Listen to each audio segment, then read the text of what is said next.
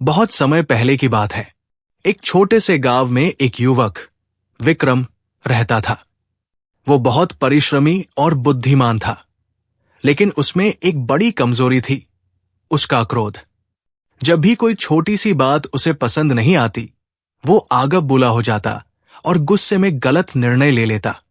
गांव के बुजुर्गों ने उसे कई बार समझाया, लेकिन वो अपनी आदत से मजबूर था। एक दिन गांव के एक ज्ञानी संत वहां आए। गांव वालों ने विक्रम की समस्या के बारे में बताया। संत मुस्कुराए और बोले, विक्रम, मैं तुम्हें एक उपाय बताता हूं, जिससे तुम अपने क्रोध पर नियंत्रण पा सकते हो। संत ने विक्रम को एक लकड़ी का तख्ता दिया और कहा, जब भी तुम्हें गुस्सा आए, इस तख्ते में एक कील ठोक देना। पहले ही दिन विक्रम ने 15 कीलें ठोंक दी। हर दिन उसे एहसास होता कि उसे बार बार गुस्सा आ रहा है और कीलें गिनती बढ़ रही है। कुछ हफ्तों बाद जब उसके हाथ थकने लगे, तो उसने सोचा कि उसे क्रोध पर काबू पाना चाहिए।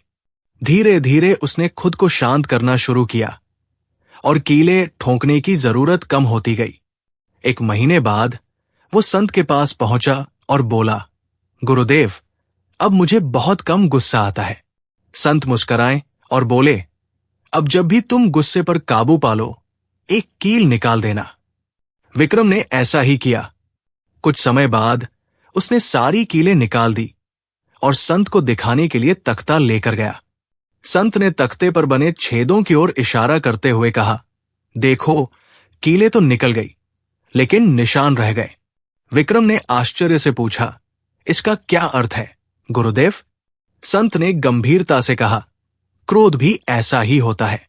जब तुम गुस्से में किसी को बुरा बोलते हो या दुख पहुंचाते हो, तो वो शब्द भले ही बाद में भूल जाओ, लेकिन उनका असर उस व्यक्ति के दिल पर हमेशा रह जाता है।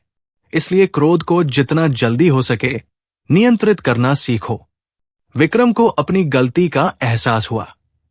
उसने प्रण लिया कि अब वो अपने क्रोध को कभी भी दूसरों को चोट पहुंचाने नहीं देगा।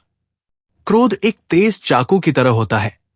एक बार अगर किसी पर चला दिया, तो घाव भले ही भर जाए, लेकिन उसका निशान हमेशा रह जाता है। इसलिए हमें अपने गुस्से पर काबू रखना चाहिए, ताकि हम खुद भी खुश रहें और दूसरों को भी दुखी न करें।